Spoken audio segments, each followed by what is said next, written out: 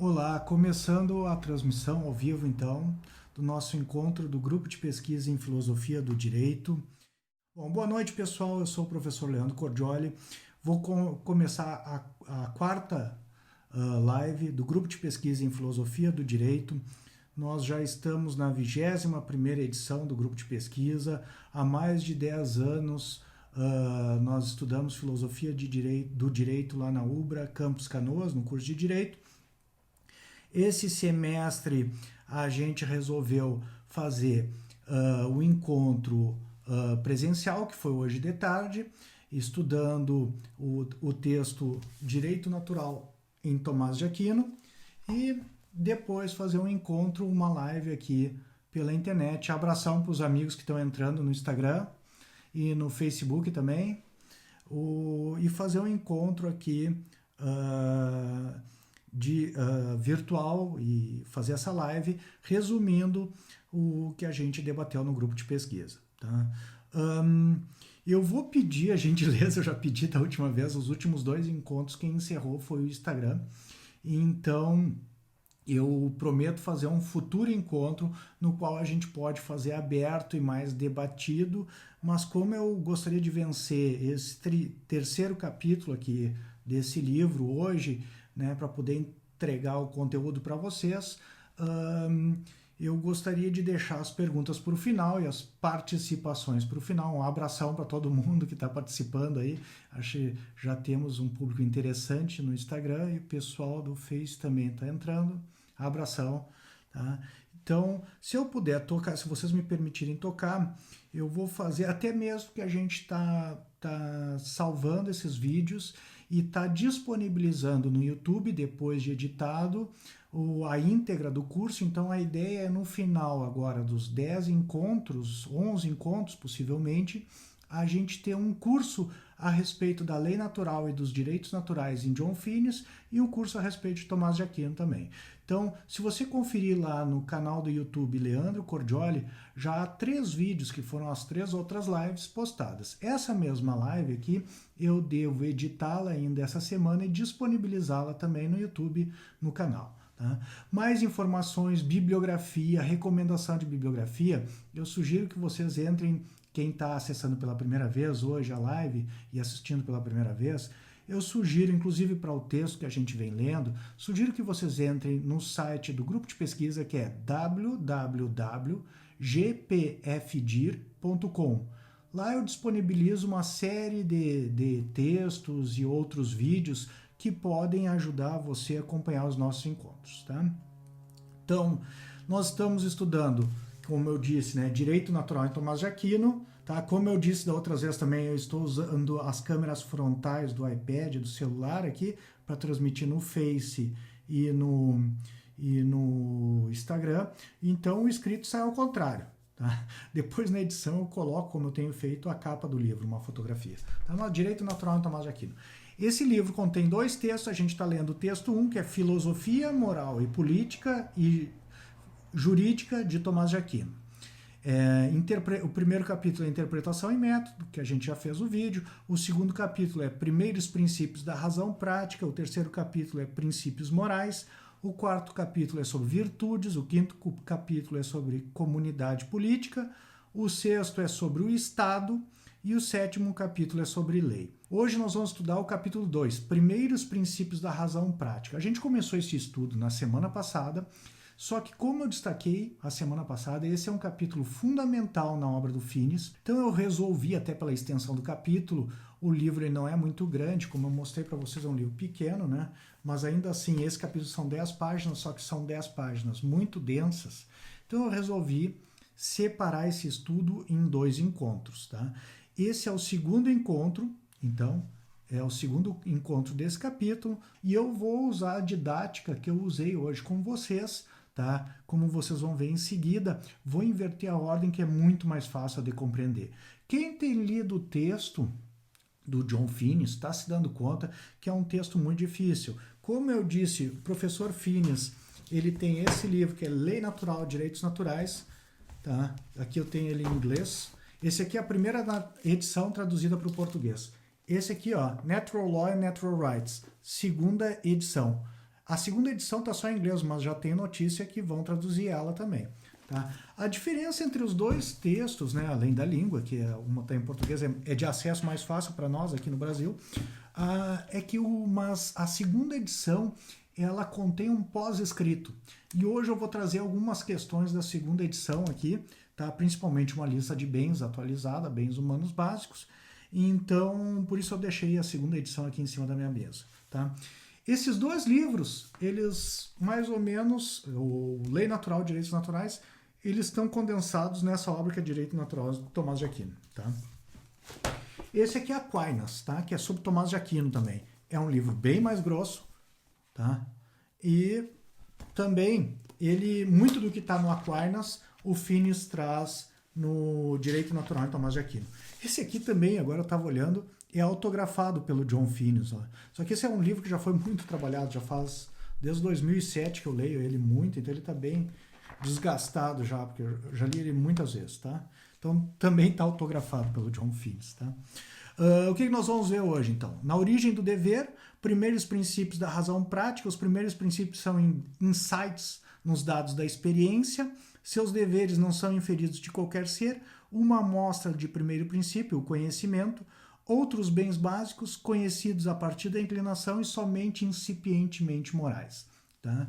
Então, nós vamos ter um apanhado aqui da teoria moral do John Finis e vai ter muito de psicologia ética ou psicologia moral, como, por exemplo, nas teorias do Aristóteles. Quem é da psicologia também pode aproveitar bastante.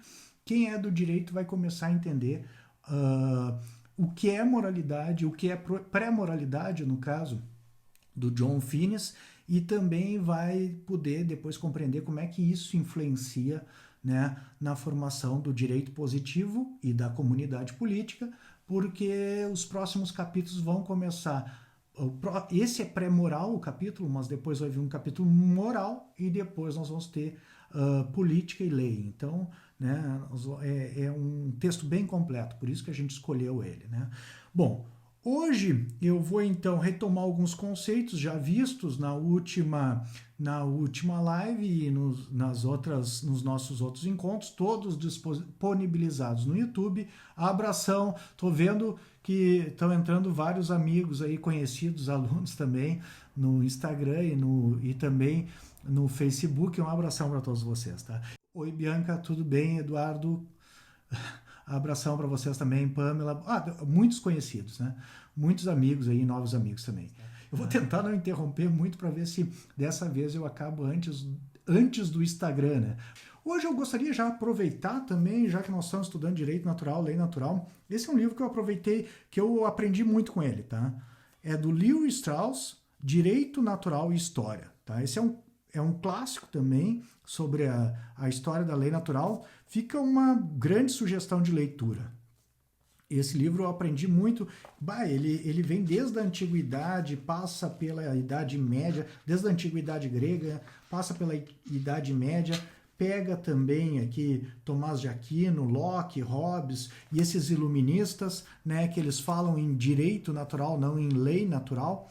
Né? Ontem ainda eu estava numa reunião com outros professores que estudam aí, elaborando um evento a respeito desse tema, discutíamos se era direito natural ou lei natural. Esse livro aqui, inclusive, fui eu que dei o título, né? Fui eu que chamei de direito natural, porque eu achei que no Brasil a palavra direito ela é mais interessante que lei, né? A lei parece algo que restringe os direitos, e a palavra direito remete a benefícios, então eu achei que ia ter uma entrada maior no Brasil, tá?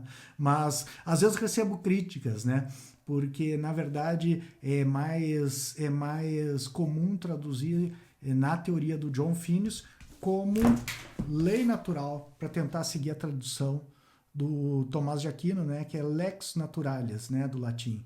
Então, às vezes recebo críticas, mas esse livro acaba sendo um livro que tem sido bem aceito no Brasil. Uma das questões é porque o título ficou assim mais agradável, né? Então eu gostaria só de retomar 3 pontos que são assim para a gente poder continuar a dar seguimento para o nosso estudo e são pontos bem interessantes, assim que eu preciso destacar, senão a coisa pode se perder, né? Hoje mesmo, agora mesmo, eu já acabei de falar em pré-moralidade e moralidade. Bom, o que eu quero dizer com isso, ou melhor, o que o Finis Professor, que Finis quer dizer com isso?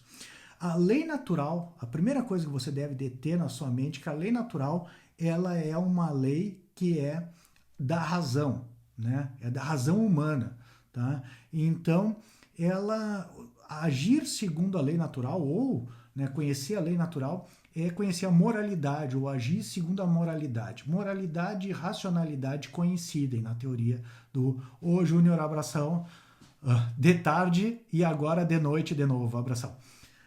Então, a lei natural é a plena razoabilidade, tá? Então, falar que a pessoa está agindo de acordo com a lei natural é falar que a pessoa está agindo de acordo com a sua razão.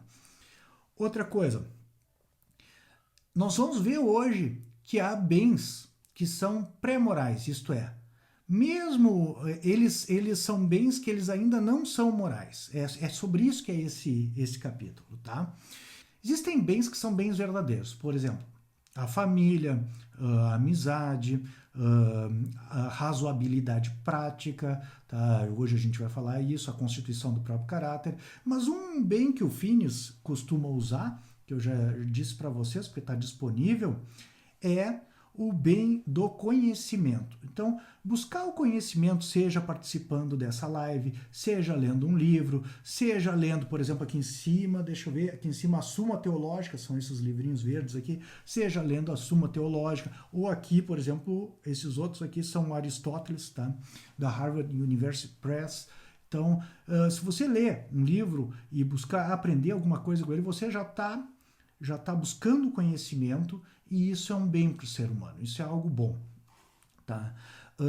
O que acontece?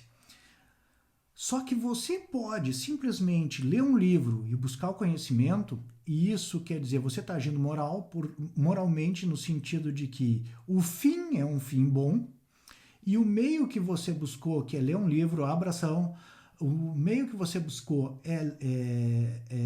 o fim que você buscou é o conhecimento, e o meio que você buscou é ler um livro, isso é algo plenamente razoável fazer. Isso é algo que você está trazendo algo de bom para a sua vida, né? Então não tem nenhum problema fazer isso. Contudo, um bem que nem o conhecimento, que é um bem razoável, ele pode ser perseguido também de maneira não razoável. Por exemplo, você pode ir numa biblioteca da universidade ou uma biblioteca pública e furtar um livro. Então, em que pese o bem ser um bem razoável, que é o conhecimento, ele está sendo perseguido de uma maneira não razoável, que é através do furto, através da prática de uma injustiça. Isso acaba repercutindo de maneira negativa na moralidade, ou seja, o objetivo é bom, é razoável, é sensato, mas o modo como esse objetivo está sendo perseguido é insensato e injusto. Você está furtando algo que não é seu.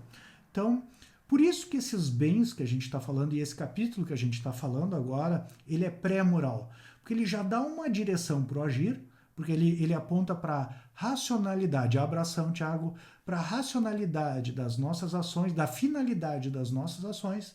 Contudo, ele ainda não descreve quais são os modos razoáveis ou racionais ou sensatos de se perseguir essas finalidades. Então ele é um capítulo pré-moral, porque a plena razoabilidade vai exigir que os fins razoáveis sejam perseguidos de modo também razoável. Que nem eu disse no outro encontro, a moralidade do Finis exige fins razoáveis e modos de perseguição razoável, né, para que haja uma plena razoabilidade.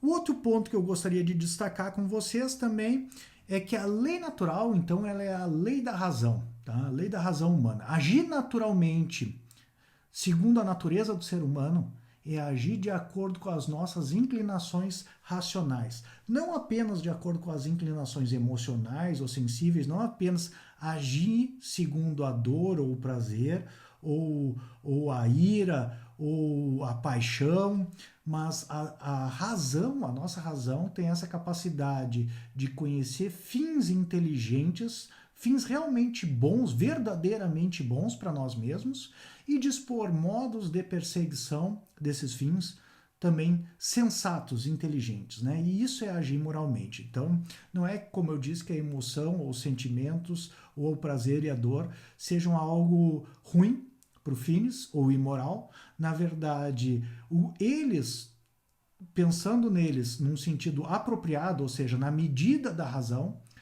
eles são até bens, na verdade, tá? Então, o que deve ditar o apropriado não é nem o sentimento, nem a dor, nem o prazer, mas é a razão. Se é a razão que impera sobre as nossas inclinações não racionais, então estamos agindo razoavelmente. Por outro lado, e moralmente, tá? Moralidade e razoabilidade são sinônimos.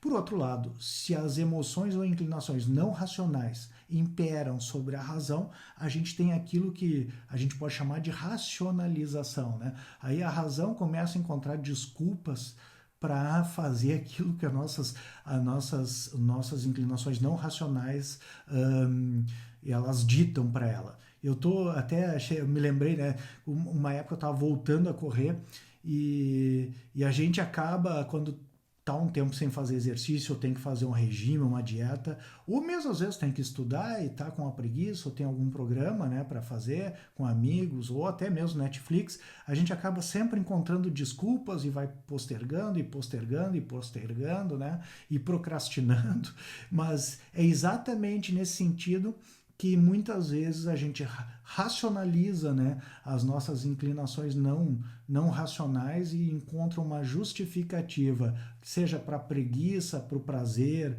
ou mesmo para fugir da dor, né, na razão, para justificar aquilo que a gente não deveria fazer. Mas o agir moralmente é agir exatamente o contrário.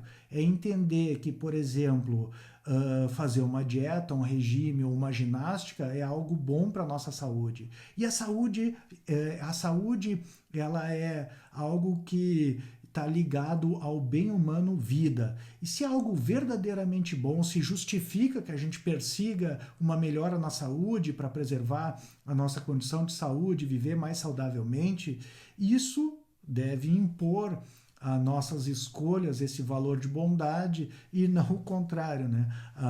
A vontade de comer sobremesas ou não começar o regime e impor a nossa razão. Então muitas vezes a gente sabe que é o certo, mas não consegue escolher, né?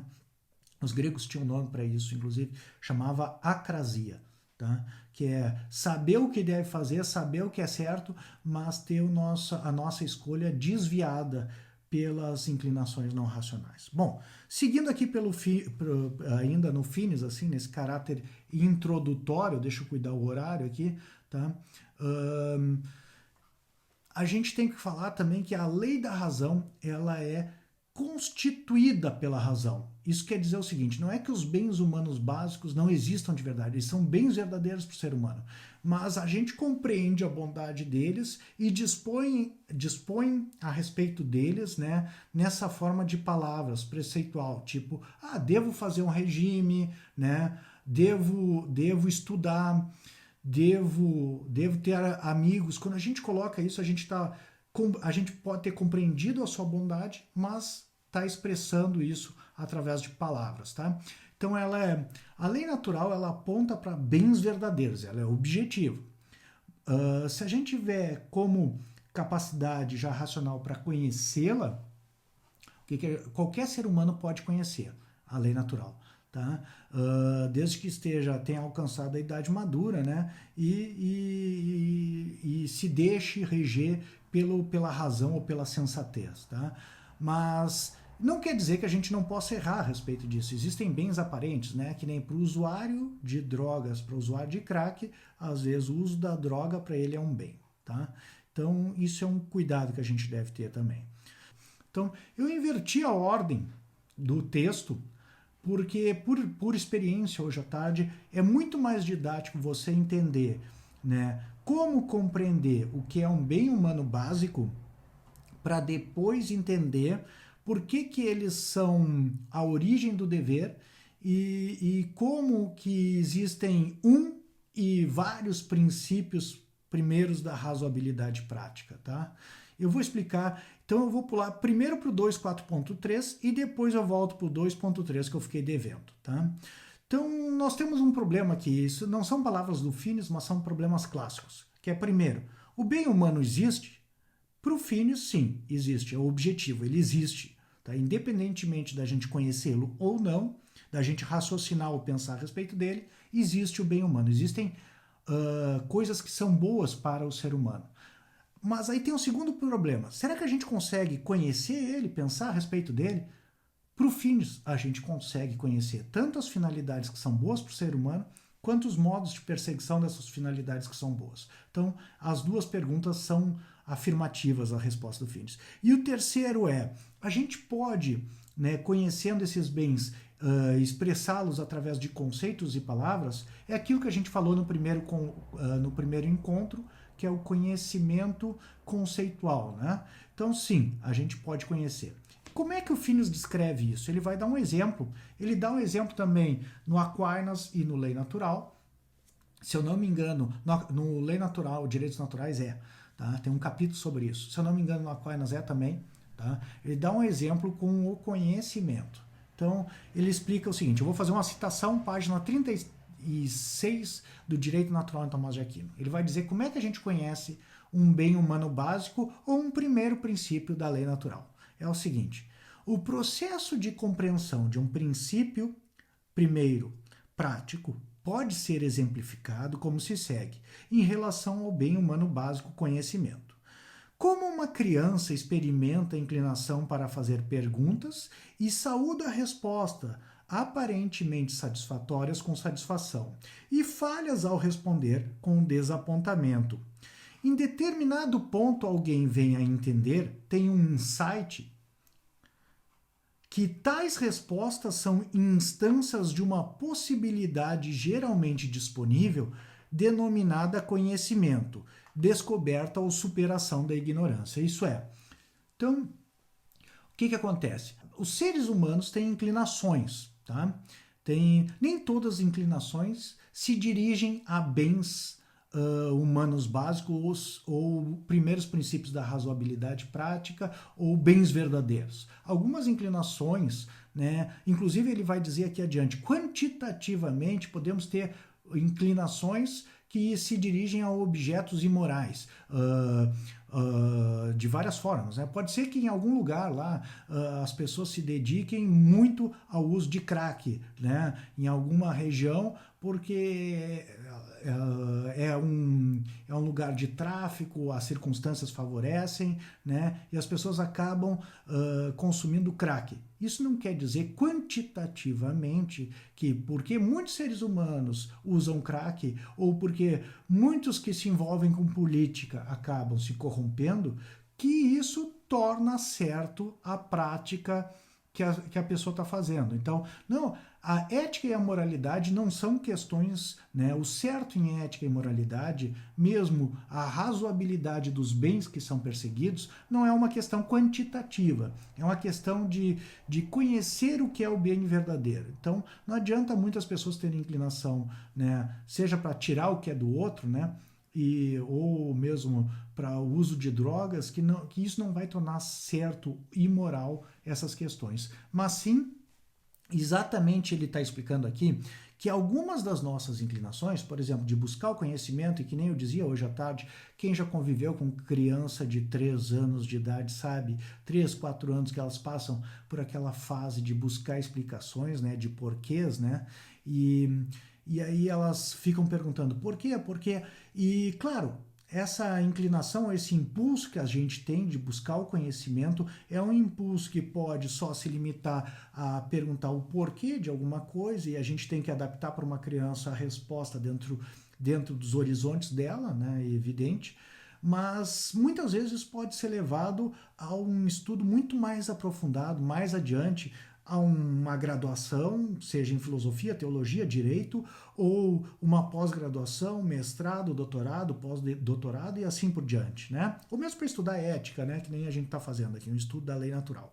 Então, isso aí, claro, o impulso a gente tem, mas esse impulso dirige-se a objetos, no caso, o conhecimento, e o que ele está dizendo é o seguinte, que em algum momento, quando a pessoa já tem alguma maturidade, a pessoa se dá conta que esse objeto de se ela consegue aprender isso, né, aprender não de conhecer, mas de aprender, de tomar mesmo, se ela consegue aprender isso e colocar na mente dela isso, extrair, ela pode se dar conta que Quem está equivocado a respeito de algo está em pior situação do que aquele que está, na verdade, daquele que sabe algo. Né? O Sócrates falava, né? O problema do Sócrates, quem leu a Apologia de Sócrates, fica outra recomendação, texto do Platão, né? De que a única coisa que ele sabia é que ele não sabia. E ainda assim ele sabia mais que os outros, porque os outros todos achavam que sabiam e estavam enganados. Ele pelo menos já sabia que ele não sabia e nisso ele estava certo, né? Então a pessoa que consegue exatamente detectar que quem sabe algo está numa melhor condição do que aquele que está equivocado a respeito de algo, essa pessoa ela já conseguiu perceber que o conhecimento é um bem, é um valor a ser perseguido. Tá? Isso pode acontecer com a família. Ter uma família é melhor que não ter. Ter amigos é melhor que não ter. Ter sensatez é melhor que não ter. Né? E outros tantos. Ter um trabalho, ter um lazer, um jogo, que o fitness não é exatamente lazer, mas ter uma atividade assim. Existem várias atividades que ter religião, aderir a uma religião, e aqui é um pouco mais amplo, eu não sei se eu vou ter tempo para explicar isso, né? Mas o conceito de religião dele é um pouco mais amplo, tá? Do que uma religião teísta e um pouco mais amplo do que o monoteísmo ou politeísmo, porque é religião como uma inclinação do ser humano a reconhecer que existe uma fonte transcendente da realidade, uma fonte para além da humana. Né? Isso é até bem interessante no seguinte sentido. Eu me lembro de um texto, o próprio Lei Natural, Direitos Naturais, no último capítulo, ele diz: se o ser humano não reconhecesse que existisse uma fonte transcendente da realidade, né, não teria nem por que agir de acordo com a verdade, por exemplo. É o caso do Sócrates, né, que ele coloca em risco a própria vida e acaba sendo condenado à morte, né, sem nunca se desdizer, sem nunca voltar atrás naquilo que ele sustentava, porque isso seria ir contra a verdade e praticar uma injustiça contra si mesmo. Né? Então, diz o Finis, com base em Santo Agostinho, o heroísmo da virtude, né, as excelências mais elevadas em termos morais, seriam insensatez se não houvesse uma fonte para além da mera existência humana dessa realidade, inclusive a moral. Tá? Isso é a religião como bem humano básico. Bom, então se a pessoa tem esse insight e consegue aprender esse conteúdo benéfico de ter o conhecimento, ela no insight, por um insight distinto posterior, ainda que frequentemente quase simultâneo, alguém entende que este conhecimento não é meramente uma possibilidade, mas também alguém entende que o conhecimento é um bem, ou seja, uma oportunidade, um benefício, algo desejável como um tipo de aperfeiçoamento de uma própria condição, da própria condição ou a de qualquer um, e como algo a ser perseguido. Então, a pessoa detecta, né, consegue aprender a bondade do conhecimento e consegue se dar conta através da mente, que nem eu disse, fazer essa apreensão do conceito, do conteúdo benéfico do conhecimento e, desculpem, e vou aproveitar para tomar uma água. E a partir daí, ela se dá conta que o bem é um valor humano, é algo que vale a pena ter. Então, o bem, ele é um princípio, né? O conhecimento é um valor, algo que vale a pena ter na sua vida. Não é algo que vale a pena tirar da sua vida, é algo que vale a pena ter na sua vida. Segundo, ele se dá conta que, como ele é um valor, ele é um bem, né? Ele é algo benéfico para a pessoa. É melhor ter consigo do que não ter consigo. E logo, como é um bem, ele é um princípio de ação. Porque quando a gente vai agir, primeiro a gente quer os fins para depois dispor as formas de alcançar aqueles fins. Então, a gente apreende o valor, né? E compreende que esse valor, o conhecimento é um bem humano, e a gente passa a agir em função da busca do conhecimento, tá?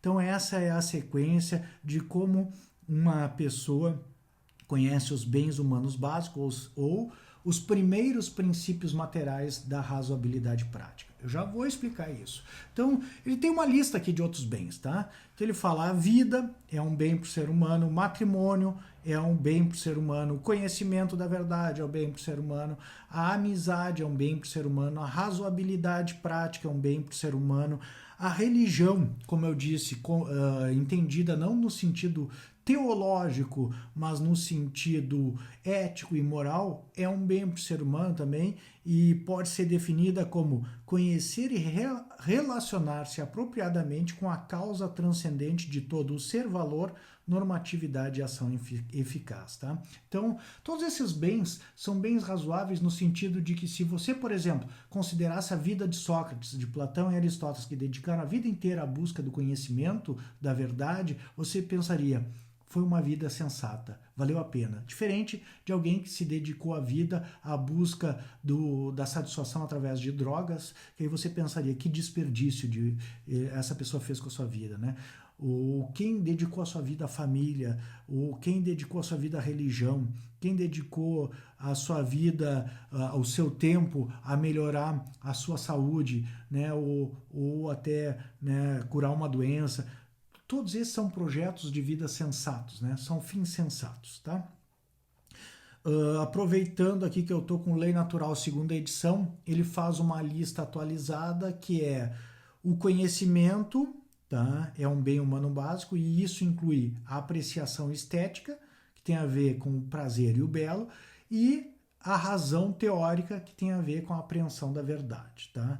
A habilidade na performance, que tem a ver com a excelência no trabalho, que é uma atividade que produz o resultado para além dela mesma, e o jogo, tá? Que tem a ver não apenas com o lúdico, mas tem a ver, por exemplo, uma pessoa que exerce uma atividade, por exemplo, artes marciais, muitas vezes são feitas assim, não para combater nem como um modo de defesa, mas só para buscar a excelência naquela atividade, né? Então, enquanto o trabalho produz o valor para além dele mesmo, da atividade, o jogo é uma atividade que o valor está no próprio exercício da atividade. Eu vejo outros amigos e ex-alunos já formados entrando na live do Face e do Instagram também. Abração a todos, tá?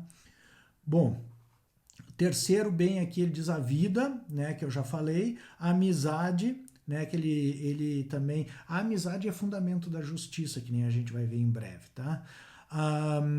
O matrimônio, tá? Razoabilidade prática, ou seja, né, a razão prática, a prudência, a sensatez, que eu vinha falando, né? E aqui vale a pena ver o conceito que ele dá, que ele diz: é o bem da harmonia entre os sentimentos de alguém e seus julgamentos, suas escolhas, tá? Isso se chama integridade interior. Quando você escolhe aquilo que você quer, sentimentalmente coincide com o que você quer com o que você quer moralmente ou razoavelmente ou pela razão, então isso dá uma integridade interior, que é a harmonia entre os sentimentos e tua vontade, os teus julgamentos. E isso pode se exteriorizar através das tuas ações, então, e entre os julgamentos de alguém e seu comportamento é a autenticidade, tá? Que nós podemos chamar, então, integridade interior e autenticidade, que é a manifestação exterior dessa integridade, de razoabilidade prática, tá? Então, se eu vou tocando aqui, em seguida o Instagram vai querer me encerrar a minha live, mas se você não entendeu, tem o texto disponível no site lá para você, e isso aqui eu vou colocar no YouTube, aí você pode ver isso aqui mais detidamente, tá? Passei da metade já da minha apresentação, então as listas essas de bens, elas são sempre abertas, isso quer dizer, pode ser acrescido um bem, mas ela não é arbitrária, porque se você tentar tirar qualquer um desses bens, a gente poderia defendê-lo através do que o Finis chama de razão dialética. Isso quer dizer, tentar demonstrar dentro das tuas próprias escolhas que aquilo que você está afirmando que não é um bem razoável, você acaba usando nas tuas escolhas como algo razoável. O exemplo que eu posso dar, por exemplo, se você disser assim, não, o conhecimento não é um bem para o ser humano. Eu diria assim, bom, mas você está vendo uma live aqui que é a respeito de teoria ética, depois verá teoria política, depois teoria jurídica. Isso é sinal que você valoriza o conhecimento, Tá? Então eu tentaria demonstrar o que se chama de contradição prática. Ou, pelo menos, se não na tua ação, eu poderia dizer, mas nós admiramos Platão, Sócrates e Aristóteles, exatamente porque eles dedicaram a vida deles à busca do conhecimento, né? E isso é algo admirável, algo sensato. Então eu tentaria mostrar a contradição entre aquilo que a pessoa está afirmando e o que a pessoa está fazendo, tá? Esses bens que eu acabei de dar também, se você quer saber o que é a dignidade da pessoa humana, esse é o núcleo sólido do conceito de dignidade da pessoa humana. Então, um direito que protegesse qualquer um desses 7 bens que eu acabei de enunciar seria um direito atinente à dignidade da pessoa humana. Tá? Então, um direito natural atinente à pessoa, um direito natural que defenda a dignidade da pessoa humana tem como objeto alguns desses bens aqui. Tá?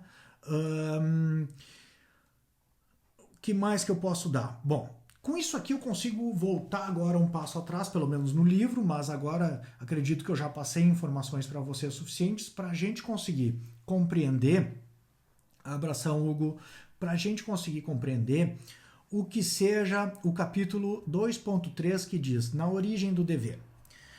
Lá ele diz o seguinte, que para quem não é iniciado em filosofia, ou pelo menos na filosofia do Phineas, pode ser confuso. Ele diz assim, existem e muitos primeiros princípios da razão prática. Isto é, existe ao mesmo tempo um primeiro princípio da razão prática, mas existem muitos primeiros princípios da razão prática também. Tá? Então, como assim existe e muitos?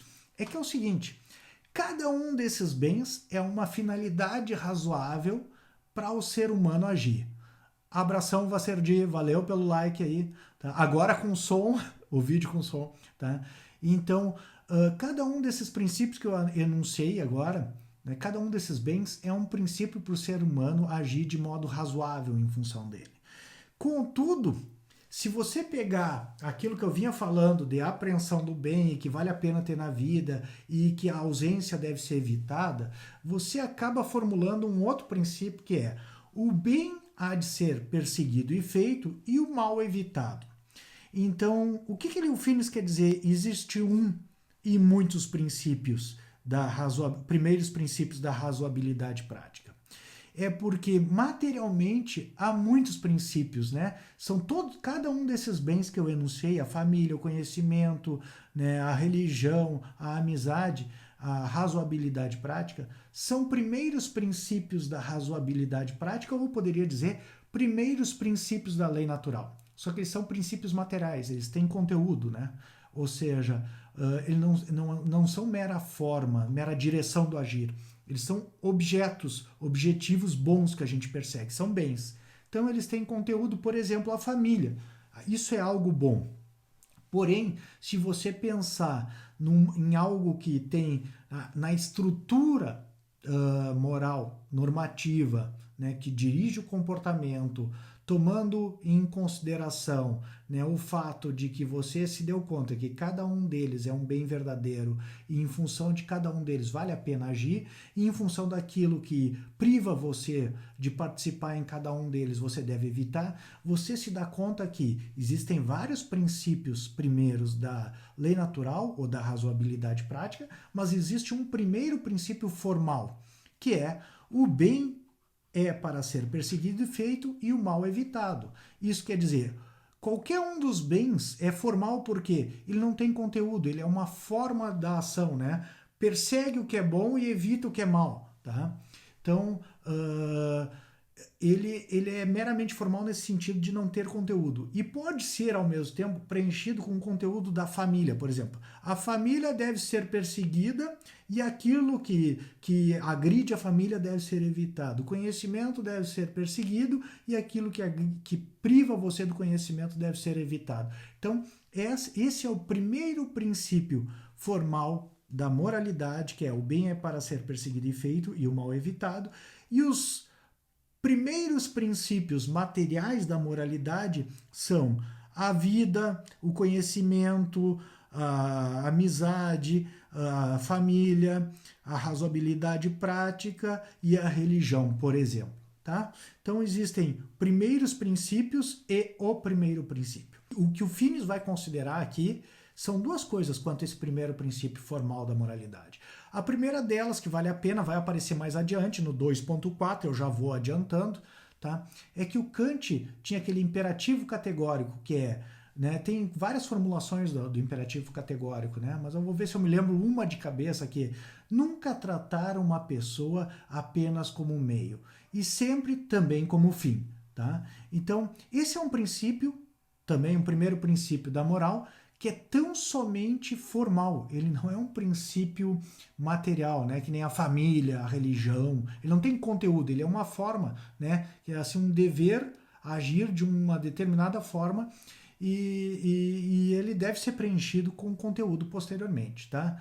O Finis diz que o Tomás de Aquino, e ele mesmo, né? Não só tem um primeiro princípio formal, que nem esse do Kant, mas também, mais do que Aristóteles e Tomás de Aquino, que buscaram princípios materiais de ação, mas não conseguiram formulá-los através de princípios, eles conseguiram, Tomás de Aquino e Finis, formular esses primeiros princípios, tá? E articular. Então, esses que eu acabei de ler. Tá? O que ele vai explicar também, né? Então, que esses primeiros 2.4.1, os primeiros princípios são insights dos dados da experiência e da possibilidade compreendida. Então, me parece que com esse exemplo, por isso que eu inverti a ordem do livro, né, para ficar mais didático, me parece que fica fácil de compreender também, né? Ou seja, esses primeiros princípios, tanto o formal quanto os materiais, eles passam a ser compreendidos através desse insight do intelecto, nas experiências que tu vai ter de conhecer algo e te satisfazer com conhecimento, ou pensar que você ainda está em ignorância ou está equivocado e buscar mais adiante mais conhecimento, tá? Então, o Finis vai dizer que esses primeiros princípios são insights não no vazio, mas em dados da tua experiência que você armazena na memória. Então você, como quando criança, percebe que é melhor estar certo a respeito de algo e que quando você não está convencido de que aquilo seja verdadeiro, você continua nessa busca da verdade. Então isso você guarda como uma experiência e depois a partir daí começa a extrair o conteúdo, né, benéfico que eu falei, e te dá conta que isso é um bem, é uma oportunidade para qualquer ser humano, não só para ti. E aí você pode universalizar esses bens, porque pensa assim, se eu sou ser humano e o conhecimento é um bem para mim, a família é um bem para mim, a vida é um bem para mim, para os outros seres humanos que são iguais a mim, têm as mesmas capacidades, também para eles vai ser. Tá? Então aqui é um pulo largo já. Vale a pena aqui, né, destacar para vocês que eles são primeiros princípios da razoabilidade prática, mas são bens humanos também, né? São, né, valores, bens e princípios, né? Isso é uma cadeia de apreensão ou de conhecimento, né? Então, são bens humanos básicos, e básicos no sentido de que eles não são derivados de outros bens e nem conhecidos, ou seja, você não faz uma derivação, né, um raciocínio para chegar neles, tá? E também eles não são conhecidos a partir de outros bens, através de indução. Tá? Então eles são conhecidos neles mesmos, através desse processo que eu acabei de explicar para vocês, né, de apreensão do bem. Então eles são conhecidos em si mesmos, tá? Autoevidentes. Em latim, o Tomás de Aquino usava per se nota, quer dizer, conhecidos por si mesmos. Tá?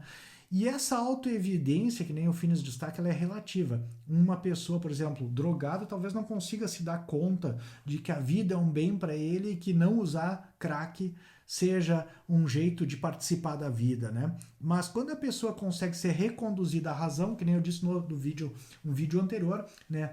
Parte das terapias que se aplica até aos dos drogaditos, parte dessa concepção aí, uma terapia cognitivo-comportamental, que é através de tentar convencer a pessoa de que para ela será um bem abandonar aquele comportamento que está sendo prejudicial. Então é exatamente passar por essa capacidade racional de compreensão do que é bom verdadeiramente para ela. Tá? Esses bens também, eles não são demonstráveis através de raciocínios lógicos, né? Como eles não são derivados de outros bens, você não tem como mostrar o processo de derivação desses bens, tá? Então os primeiros princípios, eles são bens básicos, são primeiros, né, e últimos, né, em termos de conhecer, últimos talvez, mas em termos de agir, primeiros, Por isso que o nome deles é primeiros princípios, tá? Porque são princípios de ação e eles vêm antes de tudo. Na ordem do agir, a última coisa que tu vai alcançar é o conhecimento.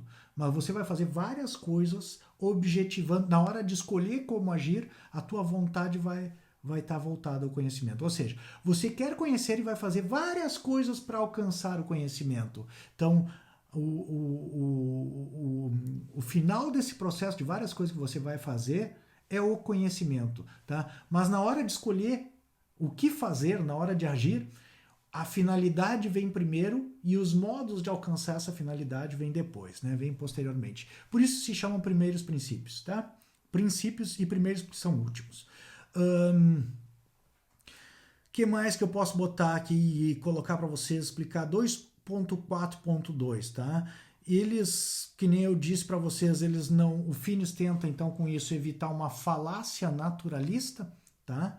Porque a falácia naturalista é aquele raciocínio que deriva um dever ser do ser, né? As coisas, as verdades éticas, morais, jurídicas e talvez até políticas daquilo que é.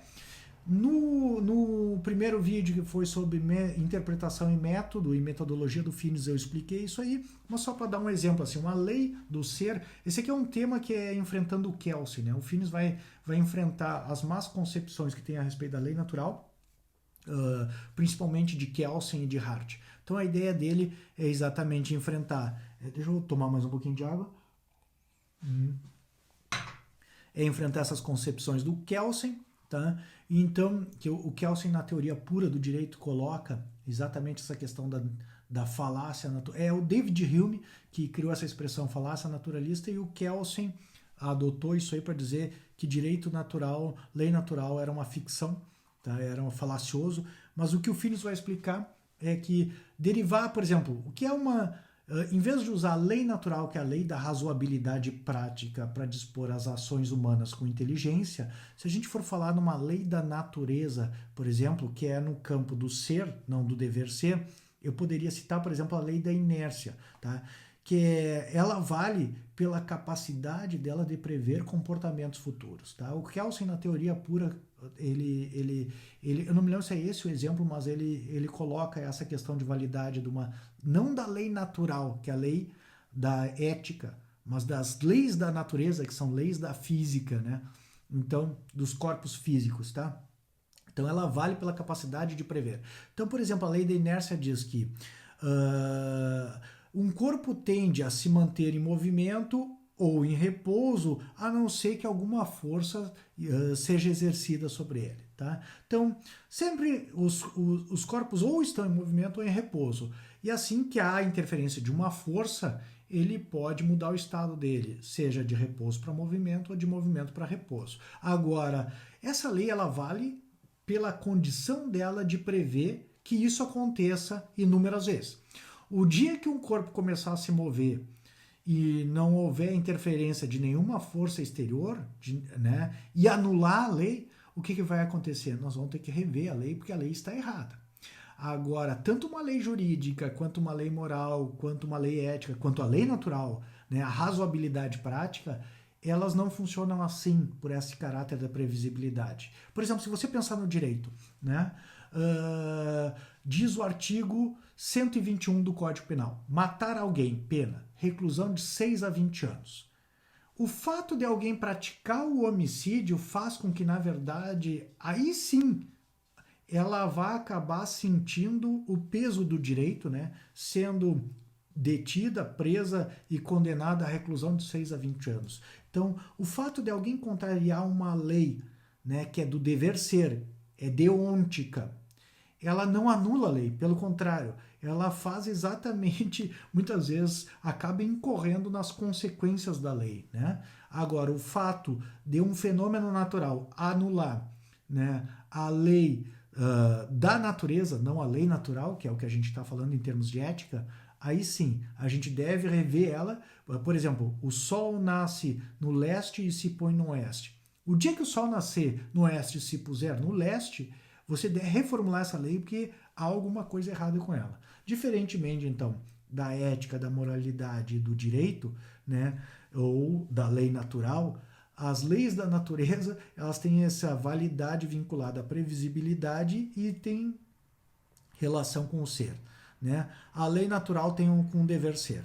Então, a crítica que o Finis pretende no 2.4.2, que eu já havia referido no primeiro vídeo, né, enfrentar, é que ele não está derivando a ética da metafísica ou da descrição do ser humano. Descrever o ser humano e, a partir daí, descrever deveres éticos seria incorrer na falácia naturalista. Porque daquilo que o ser humano é, você tentar deduzir deveres para ele, deveres éticos para ele, seria, na verdade, falacioso, que nem eu acabei de explicar.